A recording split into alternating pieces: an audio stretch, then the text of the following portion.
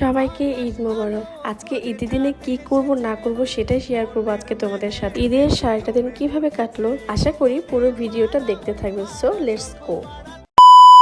So hello everyone, আসসালামু আলাইকুম, welcome to my another blog. সবাইকে ঈদ মোবারক। ঈদের সকালে ঘুম থেকে উঠে আজকে রান্না বান্না শুরু করে দিয়েছি। সংসার জীবনের প্রথম তো আজকে আমি নিজের হাতে সবকিছু করব। এত পরিমাণ ব্যস্ত ছিলাম তো এখন পর্যন্ত আমি মেহেদি দিতে পারি নাই, তাই নিজের শখটা পূরণ হচ্ছে না বলে দুই বাবুর হাতে মেহেদি দিয়ে দিচ্ছে। তার ফুপিজান ছাড়া তো তাদের চলেই না। আর এই তো আমাদের বাসায় নতুন একটা মেহমান আসছে, সবাই মাশাআল্লাহ বলে দিবেন।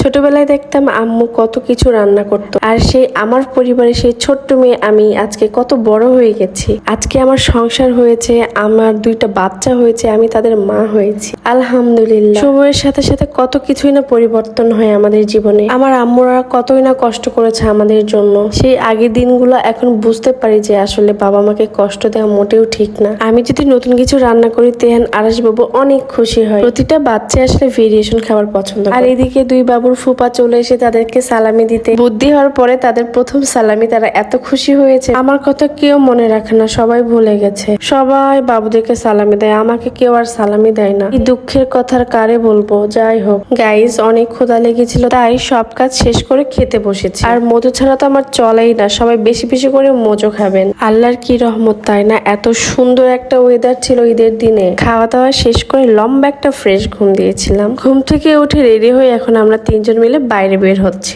এরপর চলে আসলাম আমি আমার বড় মামার বাসায়। আমার বড় মামা যেহেতু রাজশাহীতেই থাকে তাই মামির হাতের মজার মজার খাবার খেতে চলে এসেছি। ওইখান থেকে বের হয়ে আমি আবার চলে আসলাম আমার ফুপির বাসায়। এটা হচ্ছে আমার চাচি মাশাআল্লাহ এত মজার মজার খাবার রান্না করে, প্রতি ঈদে তার বাসায় আমার তার হাতের খাবার খাওয়াই লাগবে। আর এটা আমার দাদি, আমার দাদির জন্য সবাই দোয়া করবেন যেন আল্লাহ তাকে দীর্ঘজীবী করে। কিছু সম্পর্ক আছে জানেন যে রক্তের থেকে অনেক বেশি আপন হয়। এরপর আম্মুর বাসায় আসলাম, এসে দেখে বারিশ তো নাক ডেকে ঘুমাচ্ছে, বেচারা অনেক টায়ার্ড।